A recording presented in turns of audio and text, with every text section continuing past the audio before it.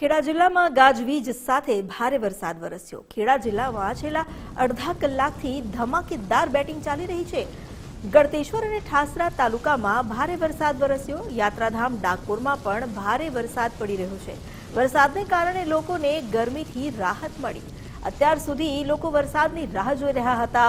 આકરા ઉનાળા બાદ હવે વરસાદને કારણે લોકોને વાતાવરણમાં ઠંડક પ્રસરતા રાહત મળી છે। ખેડા જિલ્લામાં પણ રાત્રિ દરમિયાન જ ગાજવીજ સાથે વરસાદ શરૂ થયો। જે છેલ્લા અડધા કલાકની જો વાત કરવામાં આવે તો મેઘરાજાએ ધમાકેદાર બેટિંગ કરી છે।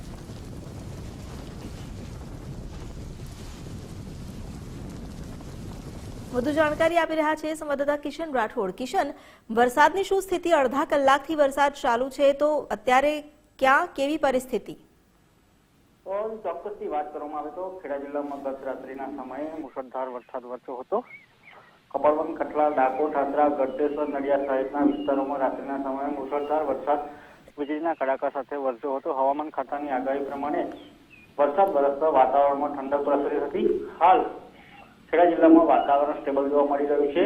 ક્યાંક છૂટાછવાયા છોટા પડી રહ્યા છે, તો ક્યાંક વરસાદની શરૂઆત થઈ તેવી પણ દ્રશ્યો જોવા મળી રહ્યા છે। જી, આભાર આપનો જાણકારી આપવા માટે।